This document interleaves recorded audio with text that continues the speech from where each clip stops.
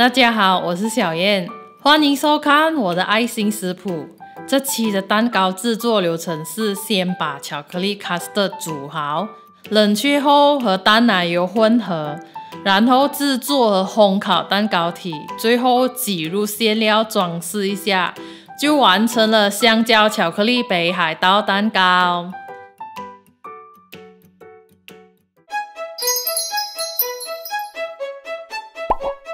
2粒蛋黄，5克可可粉，15克玉米淀粉，还有35克细砂糖。先将这些材料混合均匀备用。接着把200克牛奶倒入锅里，开小火加热。把牛奶加热到锅边冒小泡泡就好了。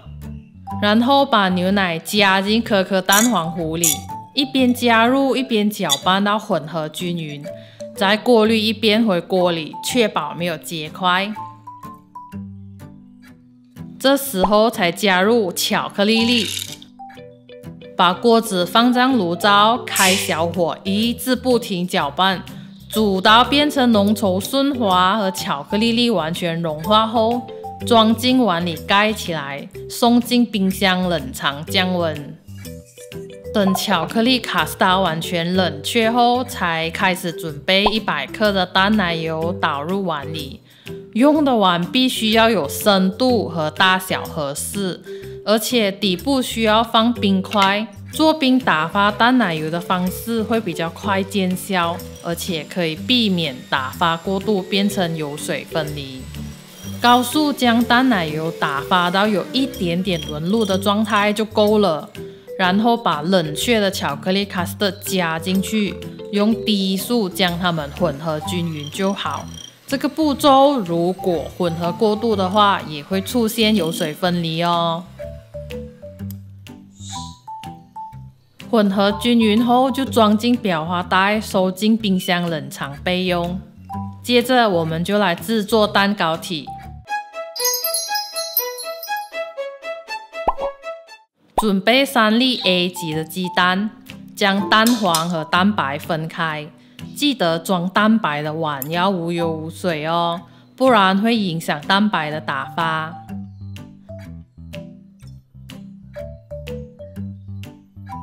分好后，就先处理蛋黄的部分。用比较熟的香蕉做蛋糕会更香甜。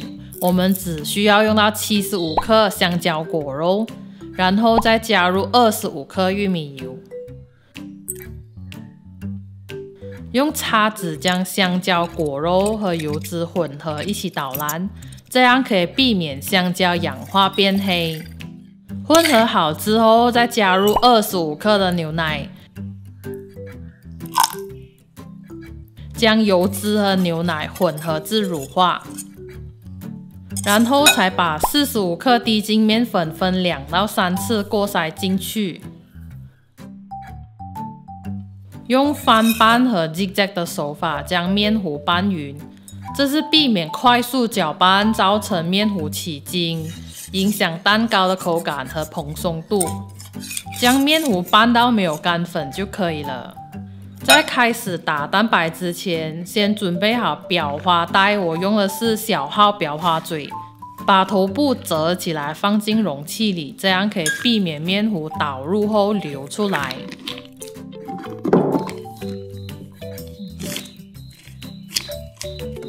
接着把大约半茶匙的柠檬汁加进蛋白里，这可以帮助稳定蛋白霜，然后用打蛋器高速打发蛋白。把45克细砂糖在打发的过程中分3次加入。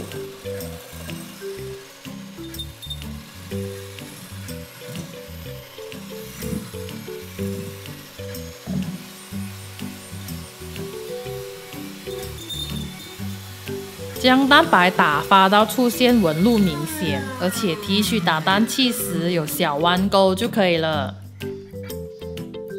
接着舀1/3的蛋白霜进蛋黄面糊里，用翻拌的方式将它们混合均匀。这是先降低蛋黄面糊的密度，等下就比较容易和其余的蛋白霜混合，也能减低蛋白霜消泡的几率。将混合好的蛋黄面糊倒入蛋白霜里，同样也是用翻拌的方式混合均匀。混合好的面糊是绵密顺滑的，然后装进准备好的裱花袋里。装好后才抓好袋口，让容器躺平，才将裱花袋拉出来。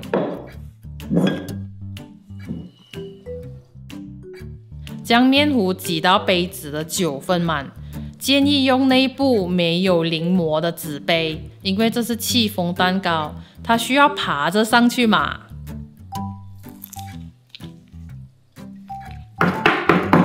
挤好后，先把面糊敲给它平整了，才放上烤盘，然后送进已经预热到摄氏150度的烤箱里。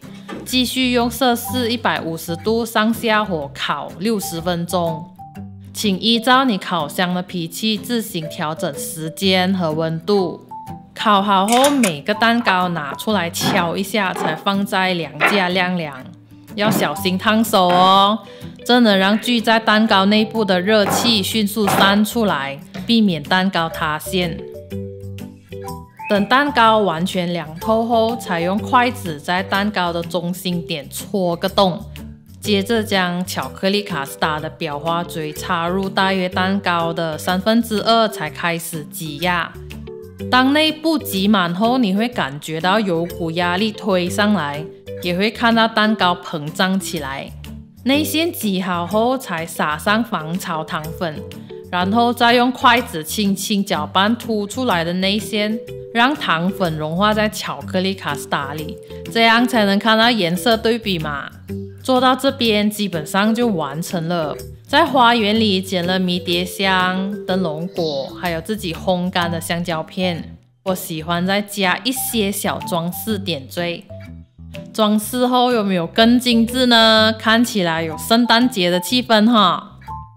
将做好的蛋糕收进密封的盒子里，放进冰箱冷藏，可以耐大约4天。等隔天内馅比较凝固时，会更好吃。手冲一杯黑咖啡来搭配这个小甜点。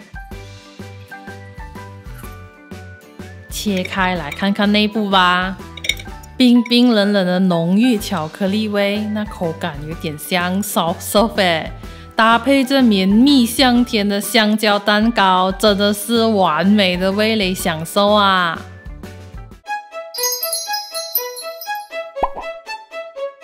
普通糖粉和防潮糖粉是不一样的哦。普通糖粉呢，碰到巧克力卡斯达后不久就会融化掉了，而且蛋糕收冰箱后，糖粉也会融化掉。所以如果要有持久的雪花装饰，就要买防潮糖粉，也叫 Snowball 的。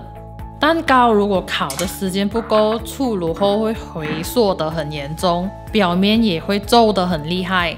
如果遇到这样的问题，可以将蛋糕烤久和干一些，烤到表皮的颜色深一点。好啦，这期的分享就到这里。如果喜欢我们的内容，请帮忙点个赞、订阅和分享给你的亲朋戚友哦。我们下个视频再见，拜拜。